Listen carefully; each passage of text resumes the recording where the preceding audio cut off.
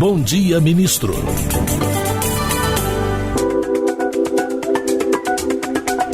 Quinta-feira, 10 de outubro de 2024, um ótimo dia para você e começamos o dia ao vivo, direto dos estúdios da EBC em Brasília, sempre na companhia de colegas de emissoras de rádio convidadas de norte a sul do país. Bem-vindos todos e para você que é novo por aqui, fique com a gente. Eu sou Karine Melo e este é o Bom Dia Ministro.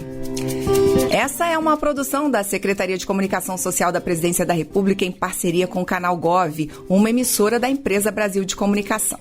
Vamos às opções para você acompanhar essa entrevista. Estamos em rede facultativa de rádio para todo o país, mas se você quer nos ver e nos ouvir, pode nos acompanhar na sua TV, no Canal Gov, ou pelo nosso canal no YouTube, que é o @canalgov. Outra opção é acessar o site da Agência Gov, agenciagov.ebc.com.br, que além da TV ao vivo e você assiste aí todos os nossos programas, você também pode acompanhar as principais notícias do governo federal. Você também pode baixar de graça na sua loja de aplicativos do seu Android ou iOS o Canal Gov e ter toda a nossa programação ao vivo bem na palma da sua mão.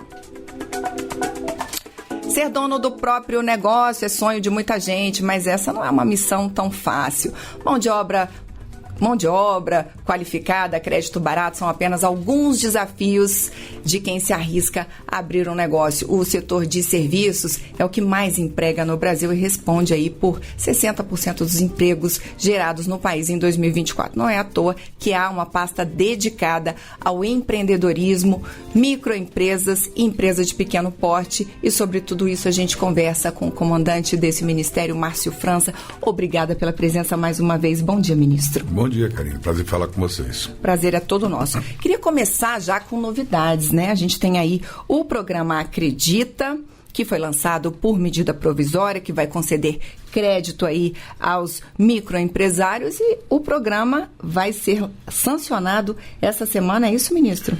Porque depois que foi feita medida provisória e começou o programa a rolar no Brasil inteiro, nós tivemos esse período de recesso da Câmara, enfim, e acabou que transformaram em projeto de lei, e o projeto de lei foi então aprovado na Câmara e no Senado, como tem um acordo com o governo nesse sentido, e agora está lá para o presidente de sancionar. Até o final da semana ele deve sancionar, que é um programa feito para os pequenos empreendedores, Ele é carimbado para essas pessoas.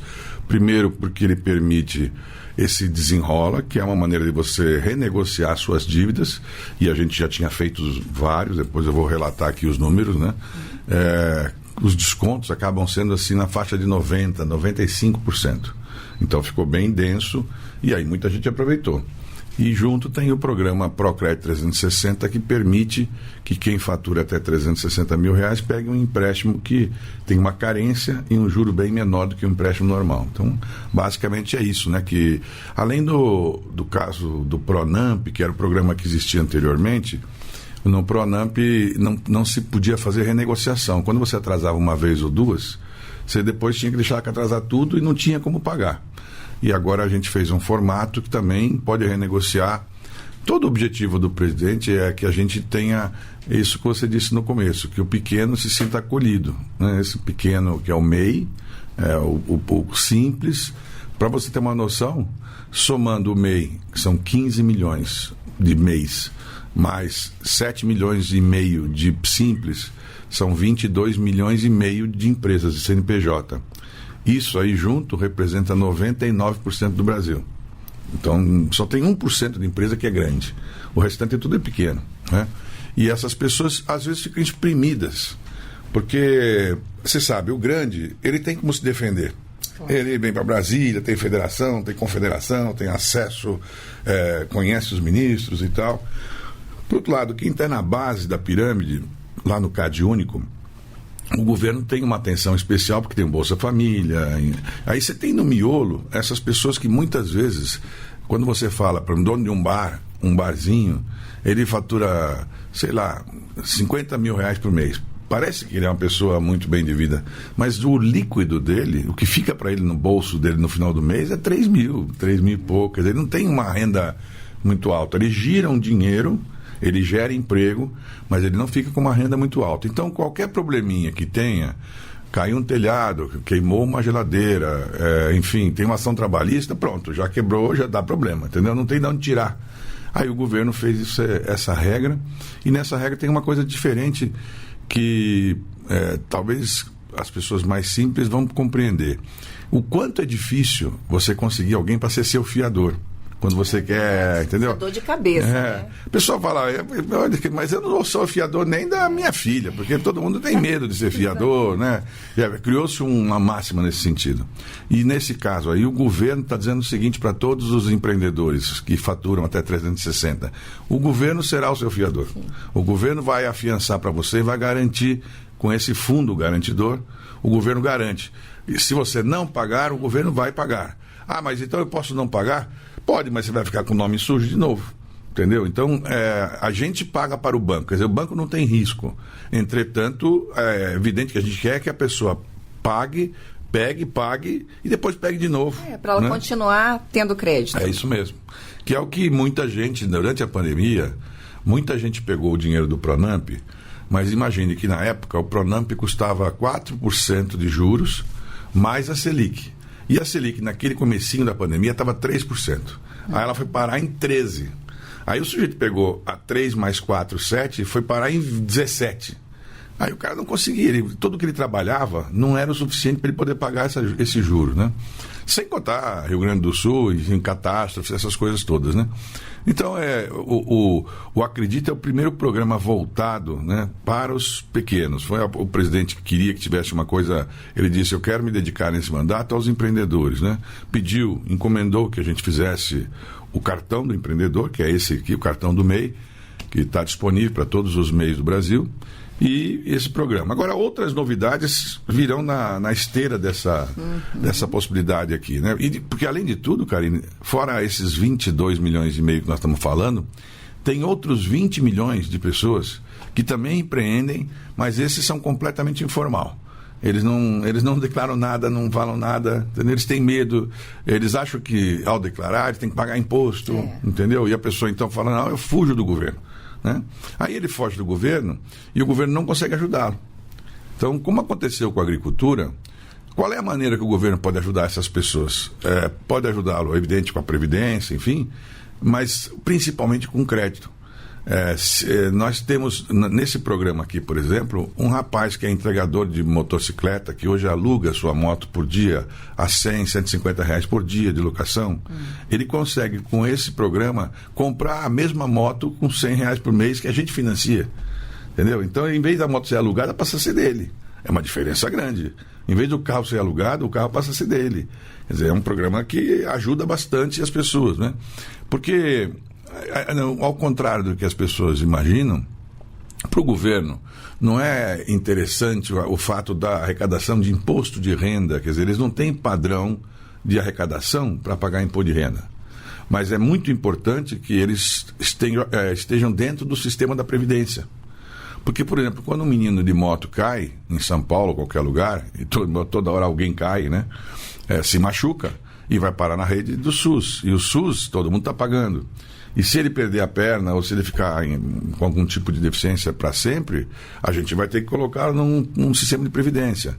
Então também não é correto que ele não seja nada. Em especial as próprias empresas que contratam essas pessoas, né? Elas é que têm que ser advertidas, mas está no finalzinho aí de um acordo, vamos ver se a gente fala sobre isso também depois. Com certeza, ministro. Daqui a pouquinho, inclusive, a gente vai mostrar esse cartão, o cartão MEI. Mas, enquanto isso, ministro, quero só aproveitar, já que a gente está falando nesse assunto, que bancos estão operando aí o Acredita e o Desenrola Pequenos Negócios? Nesse instante, quem está fazendo é o Banco do Brasil e a Caixa, que vai começar a fazer agora. A Caixa lançou um programa antecipado, que é até bem bacana, porque é um programa que também tem assim, algumas linhas especiais para eles, é toda digital. Então a pessoa consegue fazer sem ir ao banco. E então estavam esperando a sanção do presidente para poder colocar a rodar. No caso do Banco do Brasil, ele já vinha operando. Então nós já fizemos no Brasil 8.500 operações do Procrédito 360, que já deu 260 milhões de crédito, né? Ainda não é um valor tão alto, porque nós temos aqui para fazer 1,5 bilhão Então nós podemos fazer 10 vezes esse negócio quase, né? E ao mesmo tempo, aqui relembrando, se você fatura até R$81 mil, você é MEI. E se você fatura até 360, você é micro. Então, neste caso, a Tudo 360 é para esse público. Como é que é o financiamento? Você vai no Banco do Brasil, vai na Caixa Econômica Federal, fala que você quer entrar no Procrédito 360, eles vão deixar você pegar empréstimo equivalente a 1/3 do que você faturou no ano passado.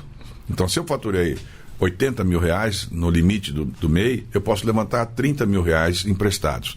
Desses 30 mil, eu vou ficar 1 ano sem pagar nada. Ótimo. E depois de 1 ano é que eu vou começar a pagar.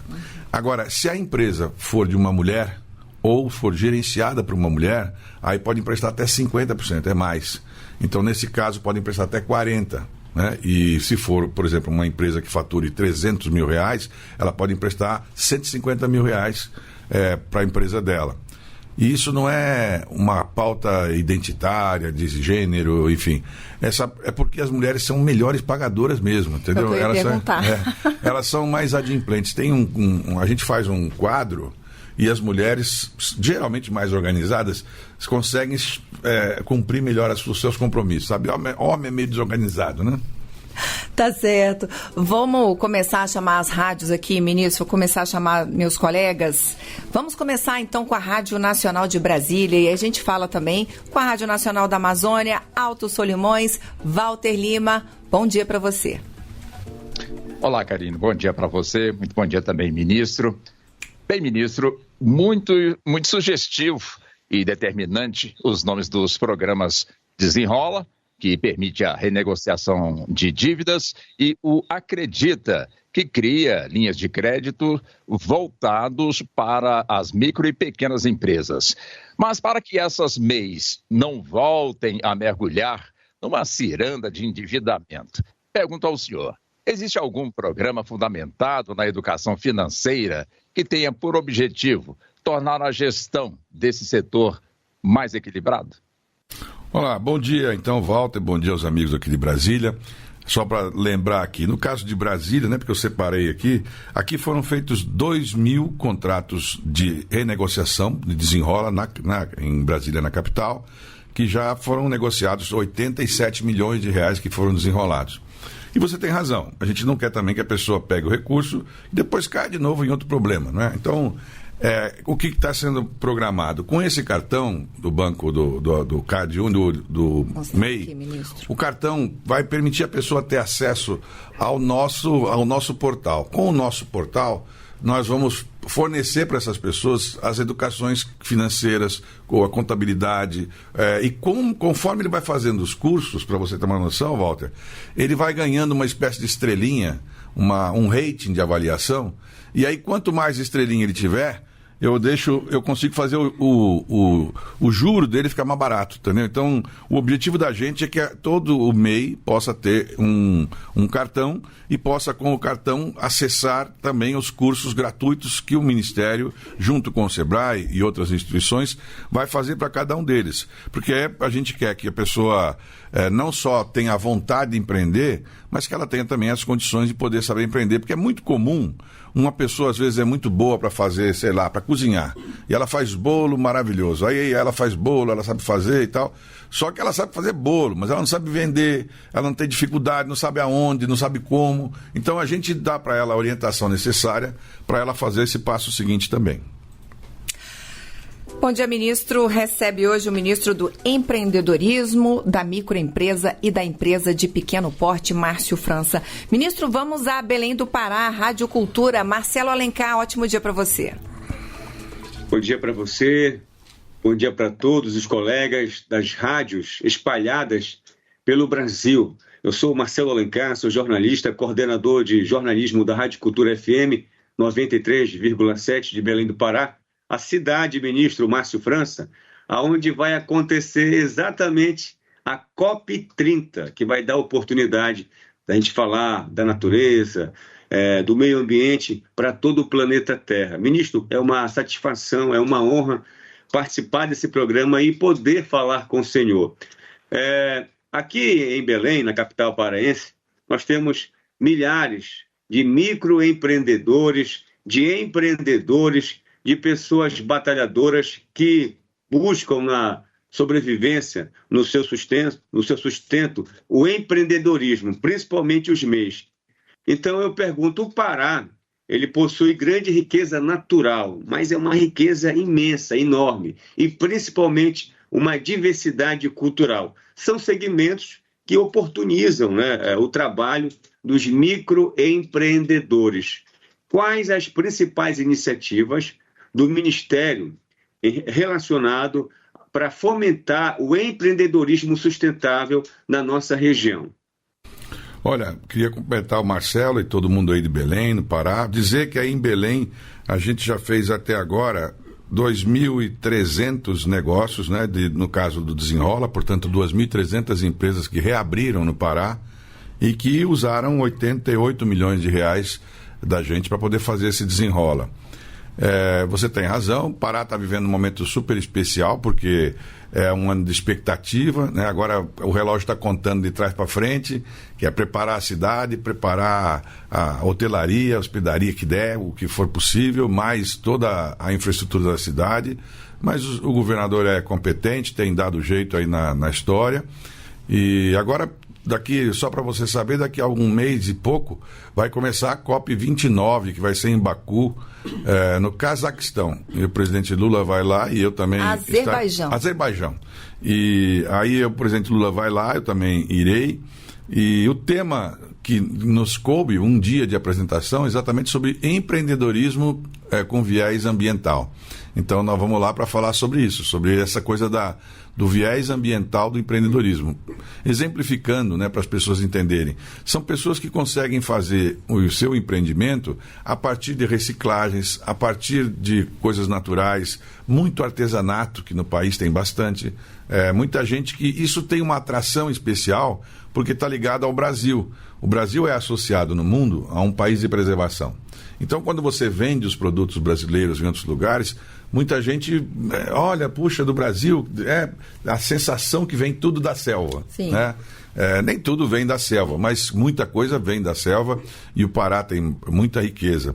E nós estamos também, junto com o BNDES, nesse caso, lançando uma linha especial de crédito exatamente para empreendedores que sejam da área ambiental. Esses vão ter um benefício a mais. Então, se você, por exemplo, aproveita, eu vi recentemente alguém que usa a sobra do babaçu para fazer tijolo, e é aí no Pará mesmo, ou não, é em São Luís. E então, esse tipo de programa, a gente consegue uma linha a mais de financiamento com valores maiores e juros menores para que eles possam empreender ainda mais. Lembrando, né, que no norte do Brasil, como nós temos muitas áreas de preservação, não é possível imaginar que vão se instalar grandes indústrias. Então, a solução que existe é a solução de empreender. A pessoa empreender, porque não vai aparecer uma grande indústria no meio da floresta amazônica. Só o único jeito é a pessoa empreender, aprender a lidar com o que tem naturalmente e empreender. Na área de cosmético, por exemplo, que é muito forte o país, nós temos duas das maiores empresas do mundo aqui no Brasil, mas é uma área que a gente constantemente sabe que as reservas ambientais da gente têm um diferencial. Por isso que nós vendemos mais. Nós estávamos na China recentemente, Marcelo, com o presidente Alckmin, e o presidente da China comentou, mas vocês deviam aproveitar melhor, por exemplo, fazer perfume da Amazônia, né? Então eu disse a ele, mas presidente, nós já fazemos perfume das aves da Amazônia. O Chanel mais famoso, o perfume mais famoso do mundo é feito com extrato de uma madeira da Amazônia. É que as pessoas não sabem. E a gente não, para isso não precisa quebrar a árvore. A gente utiliza com respeito, né? E do norte nós vamos ao nordeste, nós vamos conversar com a CBN Recife. Há tempos não apareciam aqui. Está aí Lucas Arruda, bom dia para você, bem-vindo. Bom dia, Karine, muito bom dia ao ministro também. Prazer falar com vocês novamente. Ministro, em Pernambuco, nos últimos 10 anos, o número de MEIs triplicou o número de MEIs triplicou. Para ser mais preciso, saiu de 156.800 para 489.800, esses números acentuados especialmente por causa da pandemia. A minha pergunta se refere, portanto, ao cartão MEI. Como que o cartão MEI pode ajudar esses mais de 489 mil somente em Pernambuco? Olha, Lucas, prazer falar com você. Um abraço ao prefeito João Campos, meu amigo, pela alegria aí do processo todo. Você sabe que aí tem uma das iniciativas, várias iniciativas de Recife. Nós pedimos autorização aí para a prefeitura para copiar aqui, né? Porque foram iniciativas tão bem boladas, tão bem feitas, que nós vamos copiar aqui. Uma delas é um programa que vocês têm em Recife, chamado Go Recife, que é muito bem bolado. Funciona assim, para você entender, Karine. O prefeito repassa um valor para cada um dos prédios públicos municipais, para quem toma conta. Por exemplo, aqui, nessa estrutura aqui, tem um gerente geral. Aí você passa um valor mensal pequeno para pequenos reparos. Furou um negócio, quebrou uma coisa e tal. E aí tem uma lista de MEIs autorizados, já pré-cadastrados, que não precisa licitação. Porque como o MEI dispensa licitação, então a pessoa pode contratar pequenas coisas e não ficar esperando uma licitação grande, enfim.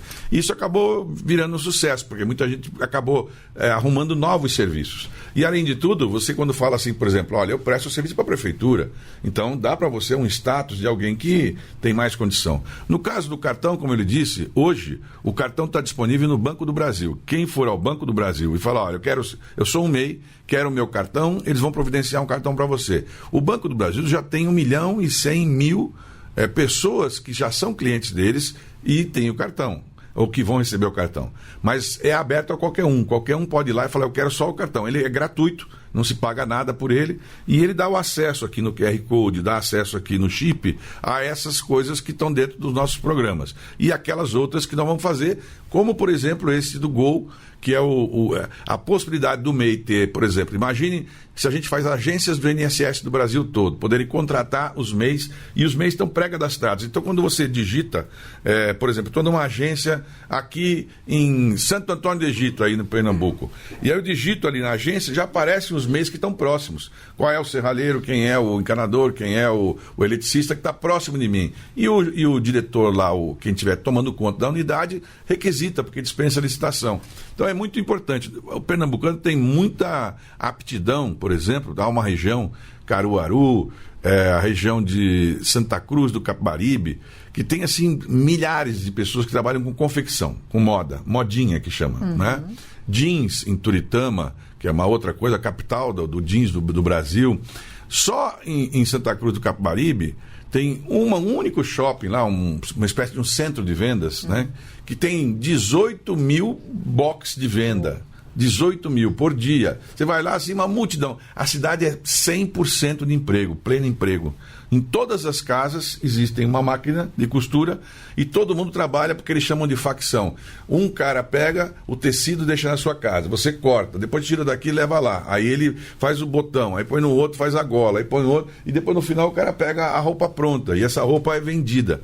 Às quintas e sextas tem uma feira lá famosa que, entre outras coisas, vem gente da África para Pernambuco para ir fazer as compras lá e levar para a África, porque é muito barato, é muito mais barato, enfim.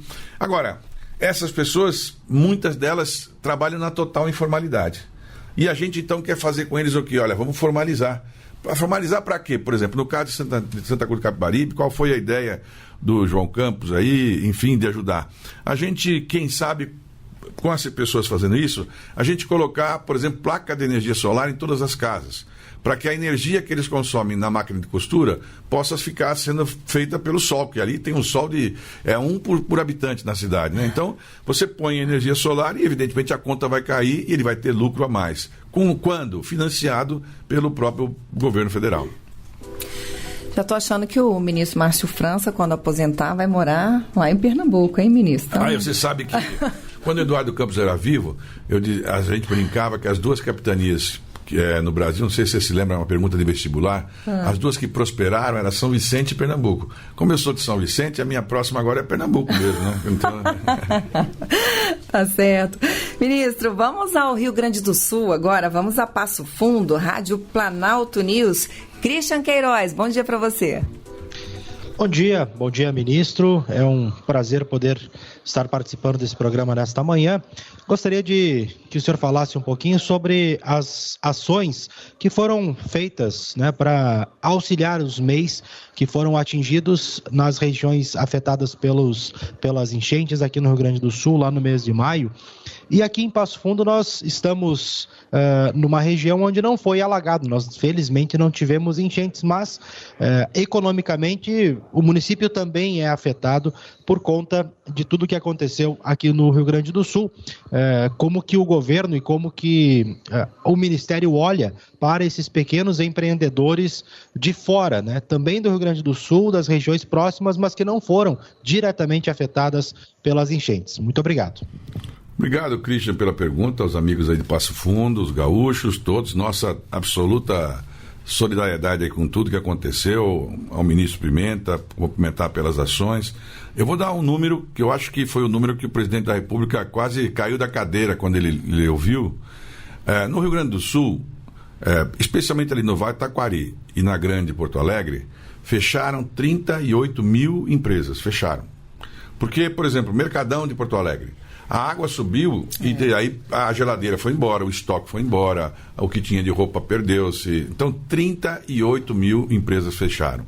Agora, até agora, faz 2 meses isso, né? Nós já reabrimos, com o dinheiro do governo federal, 31.316 empresas. Das 38 mil, nós reabrimos 31.316. A gente reabriu como? A gente empresta, nesse caso, R$100 mil. A pessoa sai do banco devendo 60. Ela já sai devendo só 60. E esses 60, ao invés de 1 ano, 2 anos para ela começar a pagar. E ela vai pagar apenas 6%. Ela tem 60% da receita anterior. Então, a média foram empréstimos de R$100 mil. A gente emprestou até agora 2 bilhões. Aliás, 2 bilhões de subsídio e ainda temos mais 2,5 bilhões para fazer e reabrir as últimas empresas que faltam aí. Aí, como eu disse, na hora do aperto, né, na hora de você ter uma dificuldade, você percebe o quanto que é importante ter um governo federal, que nós estamos dentro de um país. Se nós tivéssemos uma certa, total, absoluta independência, como é no caso americano, os estados americanos têm uma independência, mas também está passando um furacão hoje lá na Flórida e que vai quebrar tudo, é problema de todo mundo da Flórida, porque o governo central não põe dinheiro. Aqui não, a federação, nosso modelo, é um modelo que na hora de uma emergência o governo federal tem que colocar o recurso, porque os gaúchos também colaboraram para que o Brasil tivesse até aqui. Então, esse é um bom exemplo de como é necessário ter um governo, né? Só para lembrar, aqui no caso do Rio Grande do Sul, a gente já fez aí com relação ao Desenrola, 4.800 empresas desenrolaram os seus negócios, um total de 136 milhões de reais que foram desenrolados no caso dos gaúchos. Se você quer acompanhar o conteúdo dessa e de outras entrevistas, você pode acessar o nosso canal no YouTube, @canalgov. Lá você consegue assistir a este e outros programas que a gente já colocou no ar na íntegra. Vamos a Campinas, ministro. Vamos à Rádio Bandeirantes. O Heitor Fredo já está lá nos esperando. Bom dia, Heitor. Muito bom dia, Karine. Bom dia, ministro Márcio França. Ministro, recentemente uma lista foi atualizada do MEI com profissões que passam a ser obrigatoriamente microempresas. Gostaria que o senhor explicasse quais são os critérios para a retirada de algumas dessas profissões, foram 34 nessa última lista, e como o Ministério vem também orientando esses profissionais a fazerem alteração de MEI para microempresários. Olha, como é que funciona isso, né? Se você é um profissional liberal e se você tem sua atividade, tem que lembrar que o faturamento vai até R$81 mil. E como hoje o corte é abrupto, portanto, se você fatura 82, você é excluído. Então, nós estamos negociando com a Fazenda, sabe, ô Heitor, que a gente possa mudar esse formato, para o formato sem rampa. Ou seja, se eu faturei esse ano, chega lá em dezembro, eu peguei um serviço extra e vou ganhar 8 mil a mais, ao invés de eu ser excluído, eu só pagar essa diferença a mais no outra faixa. Mas hoje não existe isso ainda. Hoje os cortes são abruptos. Então, quando a pessoa passa de 81, ela automaticamente vai para o micro, que é o de cima, que é de 360. Normalmente, muitos contadores ficam, assim, às vezes orientando as pessoas, falam, olha, não passa, não vai passar, segura aí e tal. Isso gera uma espécie de síndrome de Peter Pan, que é o sujeito acaba ficando pequeno, ele querendo ser grande e fica pequeno. Por isso o governo estuda a possibilidade de fazer tudo no formato de rampa, para que a gente possa mexer nesses números sem precisar mexer no número da arrecadação. Por exemplo, R$360 mil é o faturamento. Mas dos R$360 mil, uma parte relevante desse valor não é dinheiro que é lucro da pessoa. Porque, por exemplo, no caso de quem fatura até 360, o sujeito tem lá 6 funcionários, por exemplo, na avícola dele ou no barzinho dele. Então, os funcionários mais os encargos, nós estamos tentando convencer a Fazenda, a Receita, de que esse valor podiam ser excluídos dos limites. Porque seria justo. Esse dinheiro do salário não é um dinheiro que fica para o dono. Então não tem por que ficar fazendo parte do limite. E aí, Karine, tem uma coisa que é didática. Com o passar do tempo, nós queremos que todas as empresas do Brasil, evidentemente, qual é o sonho da Fazenda? É que todos virem empresas de lucro real e presumido. Né? Que saia todo mundo do simples, enfim. Mas para fazer isso, ele tem que começar a se habituar. Por exemplo, no caso do lucro real e presumido, que são as empresas maiores, que faturam acima de 4.800, essas empresas elas também abatem suas despesas. Então, de um lado, ela declara e paga mais, mas por outro, ela pode abater suas despesas. Então, qual é a minha sugestão para o Haddad? Para a gente começar a aproveitar também, abater algumas despesas do MEI, do micro, do pequeno empreso. Porque aí, quando o sujeito começa a trabalhar com abatimento, ele começa a treinar o outro formato. E aí ele pode perceber, por exemplo, que se às vezes ele está lá no limite do 4.800 e sendo empurrado para não crescer, e se ele tivesse se transformado em lucro real, talvez ele estivesse pagando menos imposto. Porque existe isso. Na última faixa do Simples, muita gente paga mais imposto do que na faixa do lucro real.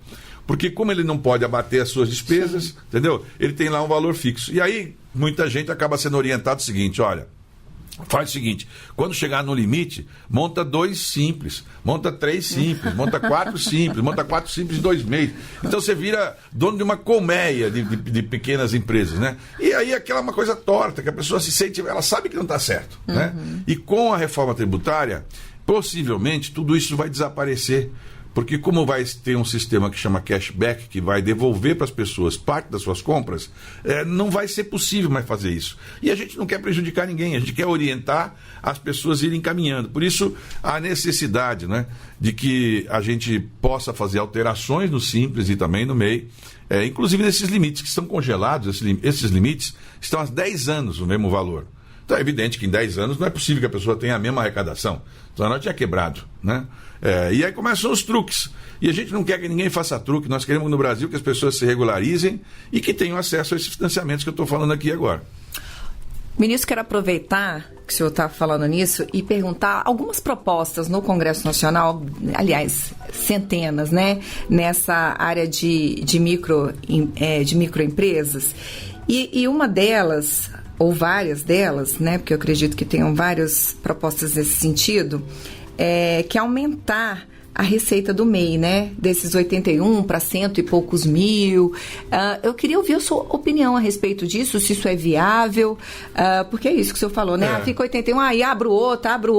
E aumentar esse limite é possível? É viável, ministro? Veja bem, é justo. É justo. Agora, o problema é viável, porque ao mesmo tempo a Fazenda tem a responsabilidade de fazer as contas fecharem. Então, ela também não pode falar, bom, vamos fazer... Por que a Fazenda não pega e dá isenção de imposto de renda para todo brasileiro? Porque ele vai ter problema de arrecadação e vai gerar déficit. Aí gera déficit e sobe a inflação. Então, a Fazenda tem que ficar equilibrando ali, né? Eles sabem que o número está equivocado, porque faz 10 anos que não tem reajuste. É claro que está equivocado. Por isso, eu estou tentando dar um nó lá na Fazenda para dizer o seguinte, olha, nós não precisamos que vocês reajustem esse número. Se vocês permitirem que a gente faça o desconto da folha de pagamento dos encargos, aí a gente indiretamente aumenta. Sim. Né? Porque eu tiro, por exemplo, meus funcionários desse limite. Por exemplo, tributos municipais e estaduais. Pode abater. Vamos supor que pudesse, né? É justo. Eu pago IPTU. Quando eu vou pagar o IPTU, evidentemente que aquele dinheiro não ficou para mim, eu paguei para o governo. Né? Então eu poderia abater esses. Porque eu abatendo, eu vou treinando essa pessoa a ela perceber que passar para uma empresa maior não é um bicho de 7 cabeças. É que muita gente vende o seguinte: olhem, isso aí é difícil, vai ter vai mudar completamente sua vida, você vai ter que fazer uma contabilidade à parte. E a pessoa, como não está muito bem orientada, às vezes ela acaba confundindo e fazendo o seguinte: ela mistura as contas da empresa com as contas dela particular. É muito comum. A pessoa pega o cartão da empresa, paga gasolina, paga a conta, depois vai para o cinema, paga com o negócio, manda Pix para lá, Pix para cá. E isso aí, assim, isso está no limite, está no limiar de acabar por conta da reforma tributária. Porque a reforma simplifica tanto que isso vai saltar aos olhos, assim, vai ficar, sabe, todo mundo vai perceber que está acontecendo isso. Então, como preparar isso para a pessoa ir treinando? Na minha sugestão é isso: rampa, portanto, olha, faz o limite da rampa. Então, por exemplo, o limite é 81, pode abater algumas coisas. E depois, se mesmo assim você ultrapassou e esse ano você teve 126 mil, os 81 mil você tributa lá, como é um caso do MEI, e os outros, a diferença, os 40 e tantos mil reais, você tributa na faixa de cima. Como acontece com a gente no imposto de renda, que você tem uma isenção no imposto de renda até um valor, se eu ganho um pouco a mais, eu não perdi a primeira isenção, eu vou pagar só dessa parte de cima, né? Seria mais lógico, o presidente da República concorda com isso. Claro que nós temos que também convencer, digamos, os russos, né, os universitários, que é o pessoal da Fazenda. E eles têm razão, eles também têm que fazer a parte deles de equilibrar as contas. Mas nós estamos convencendo que, nessa forma, nós vamos ter, possivelmente, até aumentos de arrecadação. Porque hoje acontece, a gente sabe que acontece o seguinte: chega em dezembro, o sujeito está com o faturamento já no limite, o próprio contador fala para ele: olha, não emite mais nota fiscal, não emite nota, não emite, segura a nota aí, segura. Então a pessoa, na verdade, não emite, entendeu? Então, não é que ele não está ultrapassando, ele não está declarando. E dessa outra forma ele fala: não, eu quero declarar, quero ficar sossegado, não quero ter problema com a receita. Então, essa é a ideia. Placar está 2-1, então. O senhor e o presidente Lula e o ministro Haddad está ali. O senhor acha que... Não, o Haddad também joga com a gente. O problema é que é o seguinte: existe a burocracia da máquina. Tá. Né? A receita, a burocracia na vida pública, ela tem corpo, ela tem vida. Não importa muito quem é o ministro, quem é o presidente. Eu fui governador em São Paulo e eu brincava que o São Paulo é tão organizado, tão metódico, que, assim, às vezes, se não tiver governador, também vai andar do mesmo jeito, entendeu? Tanto que nós elegemos lá uma época o Dória, e nem ele conseguiu quebrar o Estado, porque ele vai, assim, a máquina de São Paulo é muito perfeita, e essa burocracia, ela tem um custo. Eles, assim, tudo que você quer fazer, eles também não deixam, não pode, não sei o que lá, tal, encaixar dentro do limite. São regras que nós mesmos fizemos, sabe? Isso é, assim, é engraçado, porque tem casos que o Estado é uma coisa, evidentemente, sem alma, né? Ele é uma máquina. Então tem coisas, quando eu fui governador, eu peguei um caso concreto, eu vou só comentar para você ter uma noção do exemplo, né? Eu tenho um irmão que é médico, pediatra, ele está aqui, inclusive, em Brasília hoje, e ele me falou: olha, Márcio, estão morrendo muitas crianças nas santas casas, nas unidades de saúde do Estado, de São Paulo, porque estão com problema no coração, nascem com problema no coração, e ao nascer, o nosso centro de referência, que é o Hospital das Clínicas de São Paulo, o HC, está trabalhando com um pouco funcionário, e tem uma regra que não pode colocar funcionário novo, porque não tem concurso. Aí eu falei: não é possível, mas quantos são? 140 e poucas crianças. Elas duram 2-3 meses na UTI, depois morrem. E não tem solução, né? Então eu fui falar lá no HC, e o diretor falou: de fato, eu precisaria de 80 funcionários, porque não tem onde mais colocar e tal. Eu digo: mas quanto custa para as crianças ficarem onde elas estão hoje? Custava uma fortuna, uma criança na UTI, sim, enfim. Bom, aí eu autorizei. Um mês depois, eles me chamaram para a inauguração dessas novas unidades. E estavam lá as crianças já internadas, enfim, e foi bom e tal. Porque a máquina dizia: não pode contratar, não pode, está na época que não pode, entendeu? Aí o médico, o cirurgião, falou: do governador, O senhor foi muito bom, importante o senhor fazer isso, mas eu queria dizer o seguinte: as crianças que passam por aqui, como a menina que vai fazer a cirurgia agora, eu vou rasgar o peito dela aqui de ponta a ponta, vou tirar o coração, vou fazer a cirurgia e ela vai levar anos aí para poder se restabelecer. Existe um negocinho desse tamanho assim, que eu uso em outros lugares particulares, que é uma espécie de uma tripinha assim, desse tamanho, e o SUS não compra, porque custa R$10.000. Se eu tivesse isso aqui, esse negócio levaria algumas horas só. Aí eu falei, não é possível que a gente não possa comprar isso. Aí quanto que custa? R$10.000. Aí eu falei lá pro secretário, compra esse negócio, eu não quero nem ouvir falar, compra esse negócio, eu quero voltar aqui com esse negócio comprado. Aí ele comprou e tal, e eu voltei de novo. E aí o rapaz fez uma cirurgia ao vivo, né? Ao vivo. Porque lá tem uma sala assim como essa, com um espelho e você fica vendo, porque os alunos estão do lado de cá. O médico entrou na sala, fez a cirurgia, entrou pela virilha da menina. Em 3 minutos, acabou a cirurgia. Ele abriu a sala, tirou a máscara e falou, por sua decisão, essa menina vai embora amanhã aqui do hospital. Então, essa é a diferença de você ter, assim, tem que humanizar a coisa pública, porque, infelizmente, a máquina não pensa. A máquina raciocina de um jeito e vai desse jeito a vida toda, né? É isso, ministro. Vamos seguir. Vamos à Rádio Excelsior, Salvador. Almir Santana, bom dia para você. Tá com o microfone fechado, Almir. Acho que ele não tá ouvindo. Não tá ouvindo a gente, ministro. A gente vai tentar aí ajustar o áudio aí do Almir Santana. Me parece que ele está no ar nesse momento. Então, pode não estar nos ouvindo. Então, enquanto isso, ministro, a gente... pode falar um pouco sobre sobre como é que está a situação do iFood, desses aplicativos, MEI, não é MEI? Como é que está essa questão, ministro? Esse é um problema que a gente, na verdade, desde a campanha, né, o presidente Lula tem muita preocupação. A gente não quer atrapalhar a vida das pessoas que resolveram, por esse caminho, sobreviver, quebrar um galho, às vezes fazem um segundo turno, às vezes complementam sua renda, né? Não é todo mundo que vive só disso e tal. Mas nós mandamos para o Congresso uma regulamentação e, naturalmente, o Congresso também faz a parte dele, de ficar tentando encontrar a melhor forma de redigir. E agora nós estamos chegando, assim, num certo consenso de transformar, ou de tentar transformar os aplicativos, quer dizer, os motoristas dos aplicativos de carro e os de moto, também em MEI, num MEI especial, como existe para caminhoneiro. O caminhoneiro, por exemplo, ele como fatura mais do que R$81 mil, ele não se encaixava no limite.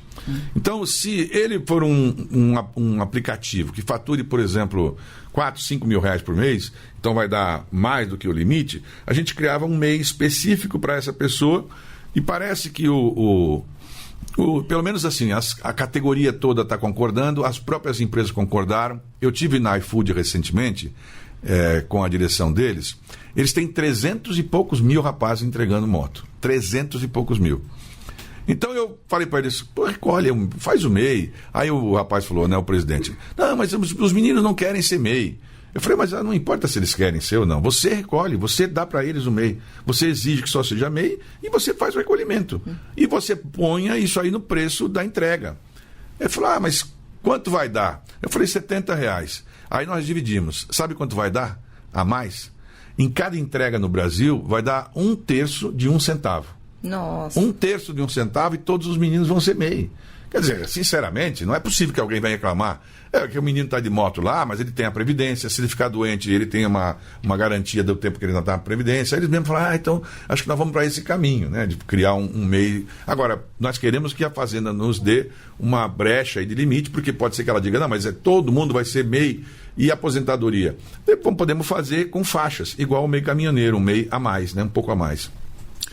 Ministro, vamos a Petrópolis, no Rio de Janeiro. Vamos à Rádio Tribuna. Wellington Daniel, bem-vindo. Ótimo dia para você. Obrigado. Bom dia, ministro, e bom dia a todos que estão nos acompanhando. Ministro, pegando uma carona na pergunta do nosso colega Christian Queiroz, eu quero também falar um pouquinho sobre essas emergências climáticas, né, que a gente vem vivendo. Aqui em Petrópolis, por exemplo, nós saímos da pandemia em 2022, nós tivemos uma chuva em fevereiro, e ali diversos empreendedores precisaram pegar a linha de crédito, enfim, para tentar se recuperar. Em março, uma nova chuva, em março de 2022, uma nova chuva, e no início desse ano também nós tivemos novamente problema com as chuvas. Eu queria saber quais são os planos do governo federal para esses empreendedores que precisam pegar linhas de crédito de forma recorrente, por causa das emergências climáticas, para que isso não afete o faturamento dessas empresas. A gente lançou programas especiais, como foi o caso do Rio Grande do Sul. O caso do Rio Grande foi um Pronamp específico, né? Mas a gente tem ideia de que esse programa, semelhante a esse, possa ser feito quando tem problemas climáticos que não dependam das pessoas, né? É o caso aí, eu tive com o prefeito Rubens Bontempo, de Petrópolis, e ele é um que reivindica. Aí, por exemplo, tem muita gente que trabalha com lingerie. As pessoas trabalham com lingerie na cidade, então muitas fábricas. E aí, às vezes, você não tem para quem vender, né? Porque as pessoas não conseguem ir até aí, enfim. Então, criar um mecanismo desse, que é esse que eu expliquei no começo, que o BNDES está querendo fazer conosco, uma possibilidade de linha especial para problemas climáticos e também para grandes desastres. Em Cuiabá, por exemplo, um grande shopping em Cuiabá pegou fogo inteirinho, com 800 lojas, um shopping pequeno de pessoas. Então as pessoas têm que sair do zero lá, porque tudo pegou fogo. Então seria um lançamento de uma ajuda especial para grandes desastres ou para problemas climáticos. Salvador voltou aí? Não, Salvador. Vamos ver, exatamente. Vamos à Rádio Excelsior, Salvador. Almir Santana, bom dia. Não temos ainda. Você me ouve? Agora sim, agora temos, Almir. Bom dia. Ok, peço desculpas aí por esse probleminha. Ministro, bom dia, né? Bom dia também, Karina. Agradeço a vocês pelo convite. E, ministro, o Brasil, acho que o mundo tem um desafio que é cada vez mais crescer no empreendedorismo. A gente sabe que geração de emprego de forma formal cada vez mais vai ser escasso no mundo e aqui não é diferente. E eu vejo muito a dificuldade das pessoas em terem crédito, ministro, acesso ao crédito. Então, o senhor lançou esse programa, acredita, né? E também outros programas que tem do governo federal, mas há uma facilitação agora para que as pessoas tenham esse acesso, porque às vezes há uma falta de informação dessas pessoas e também conhecimento, né? E a dificuldade de acessar, de saber que existe um programa, existe um trabalho para melhorar essa relação. Olha, eu queria dizer para você, viu, Almir, enquanto a tua voz não saía, nós estávamos ouvindo aí a passagem do trio elétrico. Aí nós percebemos que então a confusão se dava por isso aí, né, em Salvador. Mas você tem razão, o grande problema da gente é a informação. As pessoas, quando são muito simples e muito pequenos, eles acham que não é para eles. Entendeu? É uma coisa difícil você vencer essa etapa. É preciso que cada pessoa que esteja nos ouvindo ainda, esteja ouvindo, que vá ao gerente do Banco do Brasil e da Caixa, porque os outros eu não posso obrigar. Mas nesse caso, se a pessoa lá não abrir o crédito, representa contra ele.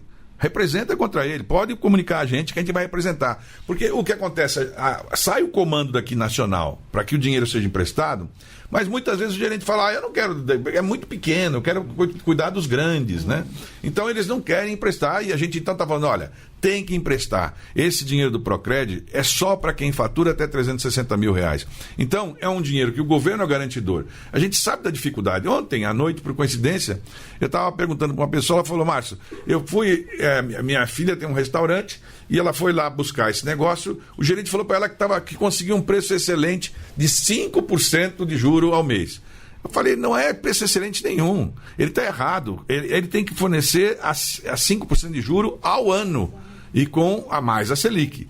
Então, se você deixar, as pessoas acabam querendo empurrar para a pessoa outra coisa. Por exemplo, a gente cria um programa desses aqui do governo que tem dinheiro público e lá na ponta, às vezes a agência fala, olha, mas você tem que comprar um seguro junto. Não tem que comprar seguro. Isso aqui é um dinheiro do governo, é um dinheiro subsidiado com um lastro num fundo de garantia, num fundo garantidor. Então, você tem razão. Nós lutamos contra a informação, que as pessoas não têm a informação. Sabe quando a pessoa acha que não é possível? É como se fosse passagem de avião. Quando você fala passagem de avião, o que a pessoa associa? Coisa cara. Não é para mim. Estou fora. Né? Então, ela nem sequer checa. Você sabe que no Brasil, 10% dos CPFs que voam, 90% não voa, nunca voa. Aí o que acontece? O avião vai com menos gente e as cadeiras vão vazias. Então, nós temos que fazer a máquina girar. Nós não podemos obrigar todo mundo, porque os bancos privados são privados. Mas as cooperativas de crédito, o Banco do Nordeste, né, que é o do Paulo, nosso presidente aí, o Banco do Brasil e a Caixa, que são bancos públicos, esses têm a obrigação de fazer o financiamento e está lá disponível para todo mundo. 50% do faturamento ou 30% se for de homem e mulher. Ministro, estamos quase na reta final já do Bom Dia Ministro, então a gente vai tentar acelerar aqui, vamos tentar chamar de novo, pelo menos aí, vamos ver se a gente consegue 2 colegas ou mais para voltar a perguntar para o senhor. Vamos voltar a Belém do Pará, Rádio Cultura, Marcelo Alencar. Olá, ministro Márcio França, novamente uma honra falar com o senhor e agradecer a participação dessa iniciativa de poder, sempre que possível, conversar com o ministro, que é o representante do presidente aqui no Brasil, em especial no estado do Pará, principalmente na nossa cidade, que está aprendendo a cada dia a organizar e a ter um evento de grande importância para o planeta Terra, que é a COP30. Ministro, qual a importância do programa Acredita para os microempresários, para os empreendedores, para aquelas pessoas que querem fomentar, que querem produzir, principalmente a dona de casa, o chefe de família que ficou desempregado, mas observa e vê a possibilidade no empreendedorismo, observa e vê a possibilidade no MEI de continuar, principalmente de manter a renda da sua família no final do mês e também de gerar emprego para as pessoas que estão desempregadas. De que forma o Acredita vai fomentar e gerar renda e oportunidade de trabalho no Brasil e principalmente aqui na capital paraense? Bem, eu queria lembrar, né, que é o seguinte, o Acredita é o primeiro programa especial, vamos dizer assim, só para quem fatura até 360. O governo federal, outras vezes, já lançou outros programas. No caso do Pronamp, nós chegamos a emprestar já 100 bilhões de reais. 100 bilhões de reais.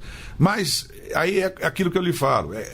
O pequeno, ele muitas vezes não é chamado. O banco não chama, o sujeito não fala. Então nós temos que provocar essa pessoa. Nós vamos, com esse cartão e com o nosso novo aplicativo, a gente vai fazer a inversão. Nós vamos nos comunicar com as pessoas. Nós vamos mandar um zap pro telefone da pessoa. Oi, Márcio, você é um MEI, você trabalha em tal lugar, você sabe que você tem direito a receber 32 mil reais no banco tal, da agência tal, para financiamento, se você quiser, que você vai pagar a prestação de tanto a partir de não sei quanto. Aí a pessoa fala, poxa, finalmente alguém lembrou de mim. Alguém lembrou de mim.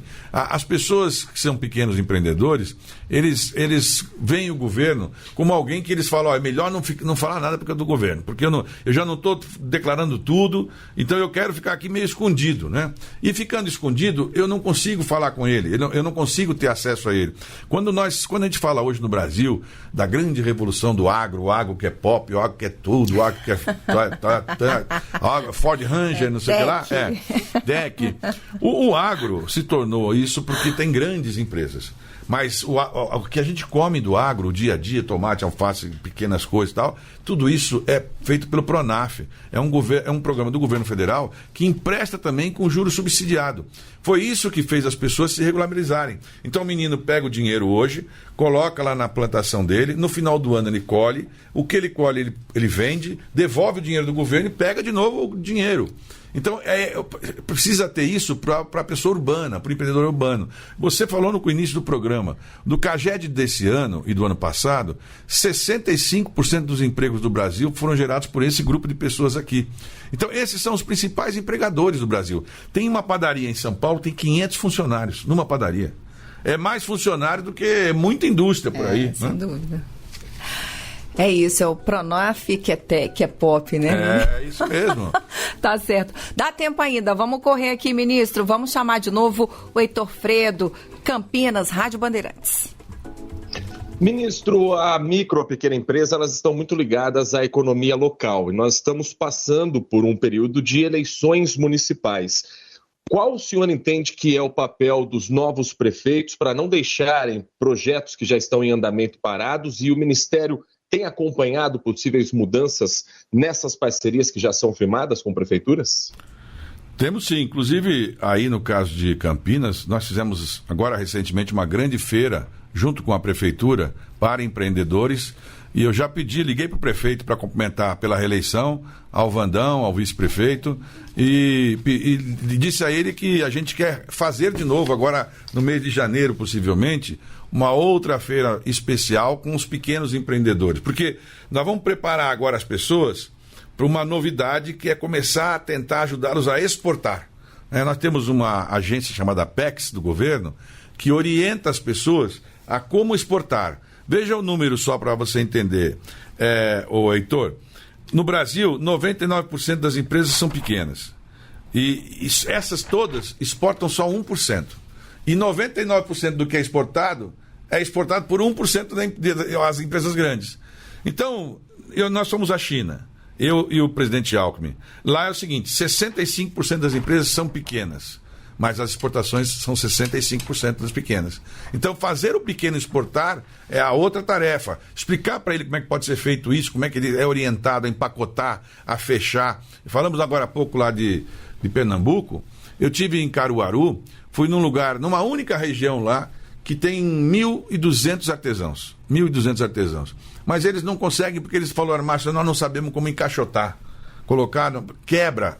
Então nós precisamos de orientação, como é que a gente faz isso, para poder embrulhar e vender para outras pessoas. E depois, já no Banco do Brasil, já tem também, é bom todo mundo que saiba disso, a Caixa também já tem um marketplace dentro dos próprios clientes. Então, se você é um microempreendedor e você tem um produto, você vai lá no Banco do Brasil e com esse cartão aqui você pode pegar o seu produto, fotografar e colocar no aplicativo do próprio banco, que vai fornecer para todos os seus clientes do Brasil aquele tipo de produto. Então eu vou procurar uma camiseta laranja, eu vou entrar lá e vai ter a sua camiseta laranja dentro do aplicativo, né?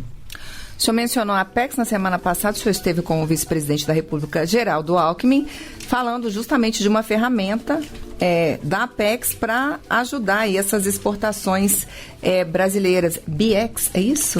BX. É um programa de orientação. A gente inaugurou o escritório de São Paulo, eles inauguraram mais 5 escritórios, né, no estado de São Paulo, em regiões, em Franca eu fui ver um, por exemplo. É um trabalho muito bem feito. Eles pegam, por exemplo, selecionam 80, 100 empresas locais, regionais, que fazem bijuteria, que fazem sapato, que fazem qualquer coisa, e aí dão um curso para eles e depois fazem uma tutoria até eles conseguirem exportar.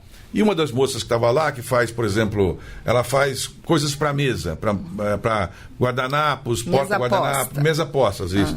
Ela tem uma marca lá, ela está fazendo hoje para 23 países. Ela começou sozinha, hoje ela vende para 23 países. E ela falou, nos Estados Unidos eu entrei assim, feito uma luva, porque o produto tem uma qualidade boa, mas porque tem uma marca brasileira com umas folhinhas e tal, parece uma coisa meio de floresta, né? Então, eles americanos estão todos lá com essa situação toda também ambiental passando. Então, é assim, a Apex tem essa obrigação, claro que ela não consegue atender todo mundo, então o nosso objetivo é ampliar. Eles agora conseguiram um recurso e vão fazer uma ampliação bem grande para treinar mais empresas a exportarem. E aí, Malu, o que você me diz? Então tá, ó. Tá aqui a minha diretora falando aqui no meu ouvidinho, para a gente partir para as nossas considerações finais, ministro. Quero agradecer muito sua presença e acho que foi bem esclarecedor hoje a sua presença aqui para dizer, né, que os microempreendedores estão cuidados, né, que há perspectivas. Fica à vontade para se despedir e dar a sua palavra final, por favor. É isso aí, chegou a sua vez, né? A gente tem insistido nisso. O Ministério foi criado para que essas pessoas possam ter voz, né? O presidente da República criou um ministério, e não é comum fazer isso, né? No meio do governo, não é comum. E pediu para que um ex-governador de São Paulo fosse para esse ministério. Então ele sabia que ia ter uma voz que ia ficar falando sobre esse assunto, né? Então, quer dizer, ele sentiu que isso é necessário. Porque, como eu disse, a gente fala muito para as pessoas que mais precisam. E é necessário falar. Mas, por exemplo, dentro do Bolsa Família, olha só o número. 19 milhões de pessoas recebem acima de R$900 no Bolsa Família. 19 milhões no Bolsa Família. Mas nós fomos lá procurar saber quem são essas famílias e o que elas fazem. E aí a surpresa, 44% empreendem. Ou seja, a pessoa pega o dinheiro do Bolsa Família, mas ela não faz só isso. Ela também faz bolo, ela também faz limpeza, o marido ajuda não sei o que e tal. Então, por que ela não se regulariza? Porque ela fala, eu não vou regularizar, eu tenho medo de perder o Bolsa Família. Sim. Entendeu? Então, nós estamos trabalhando agora para convencer também, já o Wellington, enfim, a gente criou uma linha de financiamento específica aqui para a Bolsa Família, que empresta valores até R$15 mil, para a pessoa justamente empreender. E agora nós queremos que o Haddad nos ajude a fazer aqui, durante um período de 1 ou 2 anos, a pessoa possa ficar com o Bolsa Família e possa manter o seu MEI aberto. E aí, se por acaso der certo o MEI dela, ela pode sair do Bolsa Família porque ela teve uma emancipação pelo próprio empreendedorismo. Então, assim, nós temos que sair das caixinhas, né? E é isso que a gente está tentando fazer. Foi essa a ideia do presidente e nós vamos conseguir. Ministro, obrigada mais uma vez. Sucesso aí na sua missão, na sua agenda extensa com o ministro Haddad. Né? O senhor citou várias vezes aqui. Ainda bem que ele é amigo e é compreensível. Pronto, quero agradecer também a todos os colegas que me ajudaram a fazer o Bom Dia Ministro de hoje. Espero revê-los numa próxima oportunidade. A gente tem aqui na rádio os trabalhos técnicos de Reinaldo dos Santos e a gente se vê na semana que vem com novas edições aí do Bom Dia Ministro a partir de quarta-feira. Obrigada pela audiência e continue no canal Gov.